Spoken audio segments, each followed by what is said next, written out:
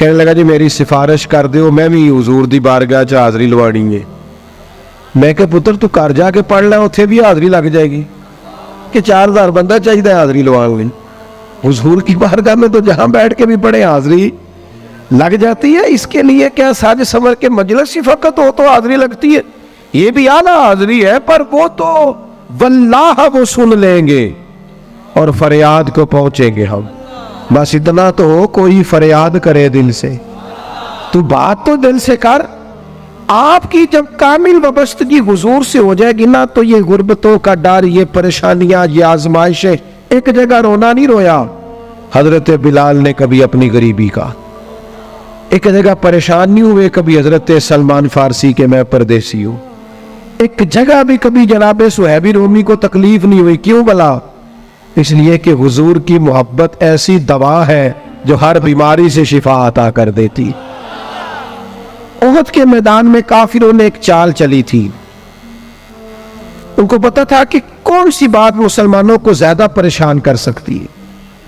انہوں نے ایک افواہ پھیلا دی تھی کہ معاذ اللہ حضور کو شہید کر دیا گیا۔ اس کی وجہ سے شدید پریشان ہوئے صحابہ، اور جنگ کے جو نتائج برعکس آئے اس کی بڑی وجہ یہ افواہ بھی بنی۔ اب صحابہ بڑے پریشان تھے، حضور شہید ہو گئے۔ کچھ لوگ نا میدان احد سے جب واپس آ رہے تھے نا، جنگ ختم ہونے کے بعد، ایک خاتون جا رہی تھی میدان جنگ کی جانب۔ عورتیں اپنے مزاج کے لحاظ سے کمزور ہوتی ہے قلبی طور پر، اور بڑی خوبصورت بات لکھی ہے علماء نے، کہتے ہیں عورت کے دل میں درد زیادہ ہوتا ہے نا، پیار زیادہ ہوتا ہے، اور یہ جو وہ کمزور واقعہ ہوئی ہے اسے عیب نہ سمجھو۔ اسی لیے تو اللہ نے بچے کو پالنے کا ذمہ اس کا لگایا ہے کہ وہ شفقت زیادہ رکھتی ہے، محبت زیادہ رکھتی ہے، درد دل زیادہ رکھتی، اس لیے جس درد سے وہ بچے کو پال لیتی ہے نا۔ میرا بیٹا ایک دن گھر میں کچھ پکا ہوا تھا، اس کی اماں کہنے لگی کھانا کھاؤ، کہندا ہے میں نہیں کھانا۔ وہ دی اماں کہندی میں بڑا زور لایا، بڑی محنت کی تھی، بڑی گرمی چ پکایا، اج تے ہی کھانا پڑا ہے۔ کہنے لگا میں نہیں کھانا، میں آرام سے کھانا کھا رہا ہوں۔ اب وہ ماں بیٹا بحث کر رہے ہیں، تھوڑی دیر گزر گئی تو مینوں کہندی تسی کیوں نہیں بول دے؟ میں کہا مینوں پتہ ہے کنے جیتنا ہے، تھوڑی دیر بعد کھلو جو، مینوں پتہ ہے کنے جیتنا ہے۔ وہ بچہ اٹھ کے اندر چلا گیا، کہنے لگا میں نہیں کھاندا، تسی کھاؤ۔ وہ پھر 5 منٹ لگے تو وہ پکانا شروع کرتا جو بچہ کہہ رہے ہیں۔ تو میں کہا میں تو پتہ ہے نا نتیجہ کی ہے، تو اس بحث میں جانے کی ضرورت ہے؟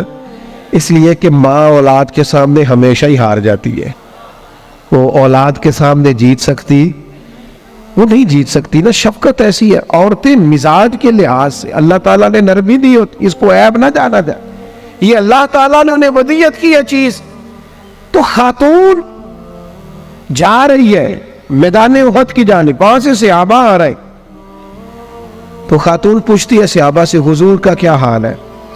تو ایک صحابی اپنے لہجے میں گویا کہنے لگے خبر مشکل ہے پر تجھے سنانی بھی ضروری ہے، اس جنگ میں تیرے بھائی کا انتقال ہو گیا ہے۔ بہن کے لیے اس سے بڑی بھی کوئی خبر ہوگی کہ بھائی کا انتقال ہو گیا؟ وہ خاتون نے یہ خبر سنی، اِنَّا لِلَّهِ وَإِنَّا إِلَيْهِ رَاجِعُونَ پڑھا، آگے گزر گئی، اگلے صحابی سے جا کے پوچھتی ہے حضور کا کیا حال ہے، اور بے چین ہے، دوڑی جا رہی۔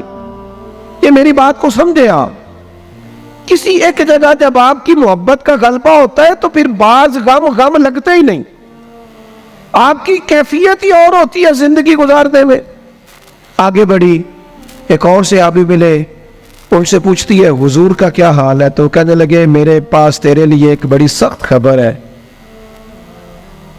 تیرے شوہر کا انتقال ہو گیا۔